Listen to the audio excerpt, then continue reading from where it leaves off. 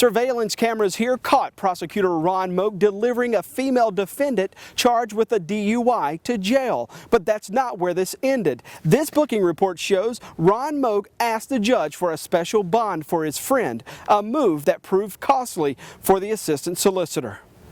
On December 4th at 3:30, Kershaw County jailhouse cameras recorded prosecutor Ron Moak's silver SUV delivering a woman to jail. Moak walked her to the Sally Port to surrender to the Highway Patrol on a second drunken driving charge. 1 minute into the video shows the relationship Moak has with Carrie Ziegler. When you saw that video, what was your initial reaction to that? It's wrong as two left shoes. I mean, it's inappropriate.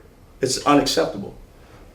And quite frankly, had he not resigned, I would have fired him. Fifth Circuit Solicitor Dan Johnson says he had no idea about Moak's jailhouse visit until we told him about it. And quite frankly, I was glad you emailed me so I could look into that. This November 27th Highway Patrol video shows Carrie Ziegler's crashed car. Medics pulled her from the passenger side. Ziegler told troopers someone else was driving, but that person left the scene. Troopers say they found evidence to show Ziegler was driving and charged her with DUI second offense. We went to the Kershaw County Courthouse last week to ask Moak about the video. I was just wondering if you even cared about what the truth of the situation was. Yeah, oh heck yeah. After waiting more than 2 hours to speak with Ron Moak, he confronted us on our way out. Had a girl that's a associate that you guys went to high school with. She got, her car was in a one-car wreck, and if you look at it, she's in passenger seat, unconscious. She's giving us the name of the driver and everything. And, you know what I'm saying?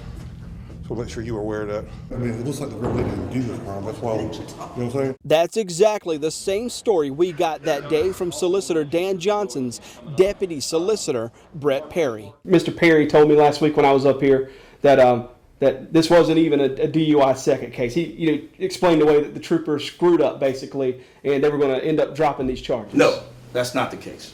Okay. That's not the case. Moak didn't stop at just delivering Ziegler to jail. The video shows he stood by her during her booking, fingerprinting, mugshot, bond hearing, and release. This bond paperwork also shows the judge released Ziegler on a $10,000 no-cash bond, a request made by Solicitor Ron Moak. All total, Moak spent 1 hour and 33 minutes of his workday with Ziegler before the pair got back in his SUV and drove away. Mr. Moak had a personal relationship with this person, this defendant, and then he essentially put his finger on the scale, and that's not how we operate. And it is our job to prosecute those cases. That is to look at the case objectively, using a person who is objective, and make the appropriate decisions. And that's not what happened here.